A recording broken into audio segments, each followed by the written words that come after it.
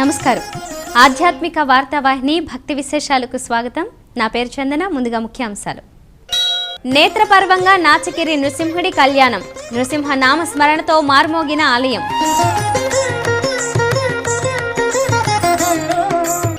విశాఖ ఉడ్యాడ్ వీధిలో ఆదిశక్తి నాగదేవత ఉత్సవాలు. అమ్మవారికి వెండి చీరను ధరింపచేసి ప్రత్యేక పూజలు.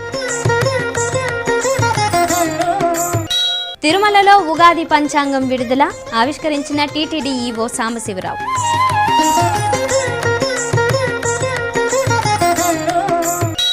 శతాబ్దాల క్రితం కట్టిన అద్భుతమైన దేవాలయం.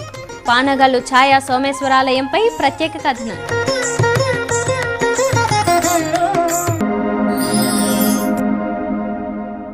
మెదక్ జిల్లా నాచారంగుట్టపై వేయించేసిన శ్రీ నాచగిరి లక్ష్మీ నృసింహస్వామి కళ్యాణం కన్నుల పండుగ జరిగింది. బ్రహ్మోత్సవాల్లో భాగంగా నిర్వహించిన శ్రీ లక్ష్మీ సమేత నృసింహుడి కళ్యాణ క్రతువుని తిలకించేందుకు భక్తులు వేలాదిగా తరలివచ్చారు. ఈ సందర్భంగా ఆలయ ప్రాంగణం అశేష భక్తజనంతో నిండిపోయింది. వేద పండితుల మంత్రోచ్చరణల మధ్య శాస్త్రోక్తంగా జరిగిన నాచగిరి నృసింహుడి పరిణయాన్ని తిలకించి భక్తులు తరించారు. లక్ష్మీ నరసింహుని కళ్యాణము చూతమురారండి. లక్ష్మీ నరసింహుని కళ్యాణము చూతమురారండి. లక్ష్మీ నరసింహుని కళ్యాణము చూతమురారండి.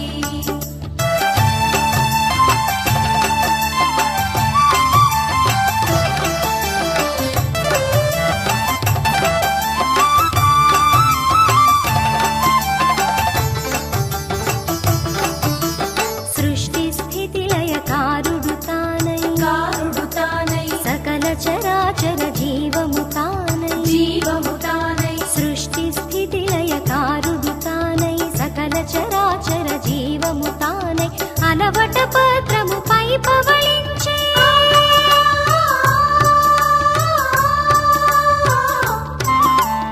అలవట పత్రము పై పవళించే శ్రీ నరసింహుడి వరుడై మురిసే కళ్యాణము చూతమురారండి. లక్ష్మీ నరసింహుని కళ్యాణము చూతమురారండి.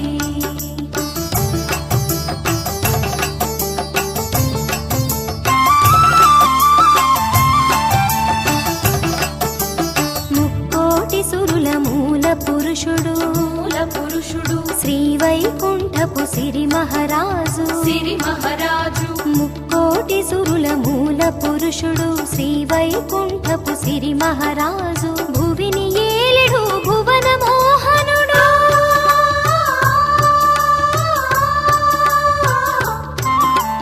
భువిని ఏలెడు భువన మోహనుడు మనతో మహిళ.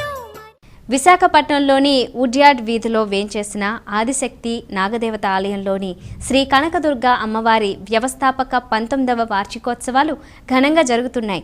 2 రోజుల పాటు నిర్వహించే ఉత్సవాలను పురస్కరించుకుని ఆలయ వ్యవస్థాపక అధ్యక్షులు వై రమణరాజు ఆధ్వర్యంలో అమ్మవారికి వెండి చీరను ధరింపచేసి ప్రత్యేక పూజలు నిర్వహించారు.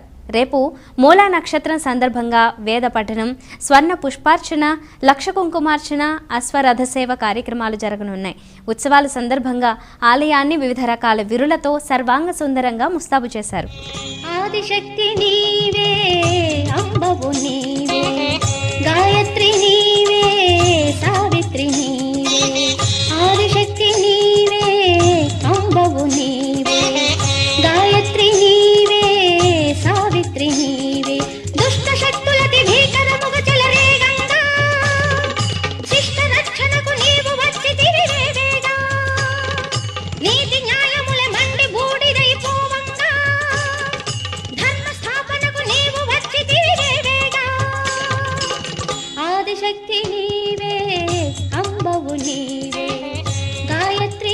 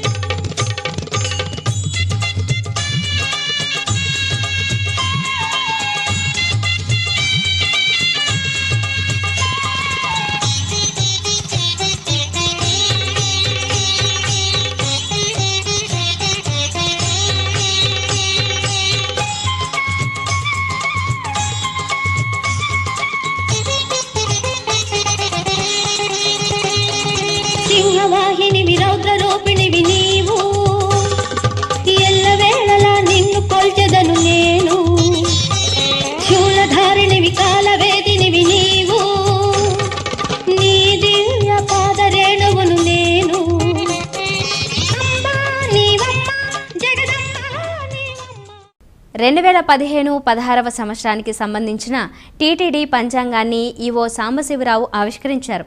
ఈ నెల 21న తెలుగు నూతన సంవత్సరాదిని పురస్కరించుకుని మన్మథనామ సంవత్సర పంచాంగాన్ని టీటీడీ ఆలయాధికారులతో కలిసి శ్రీవారి ఆలయం వద్ద ఈవో ఆవిష్కరించారు. భక్తులకు అందుబాటులో ఉండే విధంగా టీటీడీ పబ్లికేషన్ స్టాల్స్లో పంచాంగాన్ని విక్రయిస్తామని ఈవో సాంబశివరావు అన్నారు.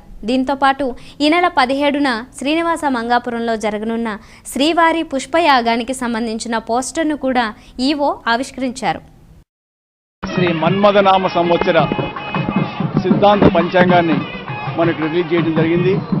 ఈ పంచాంగం తిరుమలలోను తిరుపతిలోనూ ఉన్న బుక్ స్టాల్స్లో ఈ రోజు నుంచి సేల్కి అవైలబుల్గా ఉంటుంది. మిగతా టీటీడీ బుక్ స్టాల్స్లో వచ్చే వారం నుంచి అవైలబుల్గా ఉండడం జరుగుతుంది. ఇప్పుడు దాదాపు 75,000 కాపీలు మనం ప్రింట్ చేశాము. ఈచ్ కాపీ 50 రూపాయల చొప్పున అమ్మడం జరుగుతుంది. ఇంకా అవసరమైతే ఇంకా ఎక్కువ కాపీలను కూడా మనం అవైలబుల్గా ఉంచడానికి ప్రయత్నం చేస్తాము. శ్రీనివాస మంగాపురంలో ఈ నెల 17వ తేదీన మనం పుష్పయాగ కార్యక్రమం జరుపుకోబోతున్నాము. దానికి సంబంధించి గోడపత్రికను కూడా ఇప్పుడు మనం రిలీజ్ చేయడం జరిగింది.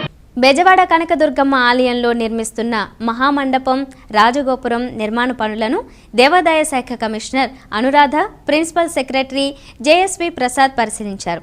నిర్మాణ పనుల్లో జరుగుతున్న జాప్యంపై అసంతృప్తిని వ్యక్తం చేశారు.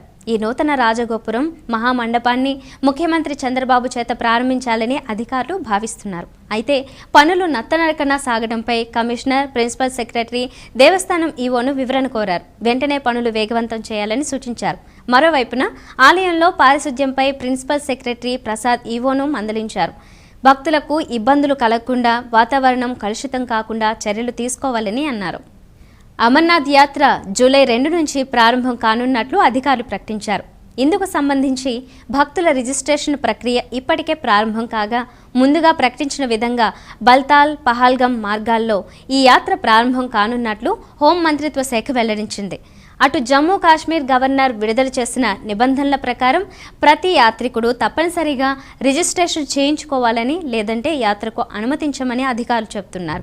ఈ ఏడాది కూడా అమర్నాథ్ యాత్రకు భక్తులు భారీగా తరలి రానున్నారని అధికారులు అంచనా వేస్తున్నారు. గోదావరి పుష్కరాల కోసం ఏపీ ప్రభుత్వం బడ్జెట్లో 1368 కోట్ల నిధుల్ని కేటాయించింది. ఈ ఏడాది జూలై 14 నుంచి 25 వరకు గోదావరి పుష్కరాల్ని ఘనంగా నిర్వహించాలని ఏపీ ప్రభుత్వం నిర్ణయించింది. పుష్కరాల సందర్భంగా గోదావరి చుట్టుపక్కల ఉండే ప్రముఖ దేవాలయాల్ని భక్తులు, యాత్రికులు సందర్శించుకునేందుకు వీలుగా ఆలయాన్ని సరికొత్తగా తీర్చిదిద్దేందుకు మొత్తం 25 కోట్లు కేటాయించింది. చిన్న దేవాలయాల్లో ధూపదీప నైవేద్యాలకు నెలకు 2,500 రూపాయలు మంజూరు చేసింది. మొత్తం 1,613 దేవాలయాలకు ఈ సొమ్ము ఇవ్వనున్నారు. అలాగే ఆలయాల్లో విధులు నిర్వర్తించే అర్చకులకు, ధార్మిక సిబ్బందికి 5,000 రూపాయల చొప్పున పారితోషికం లభించనుంది. ఈ మేరకు 250 కోట్ల మూల నిధిని ప్రభుత్వం అందుబాటులోకి తేనుంది. భక్తి విశేషాలు ఇప్పుడు ఒక చిన్న విరామం తీసుకుందాం.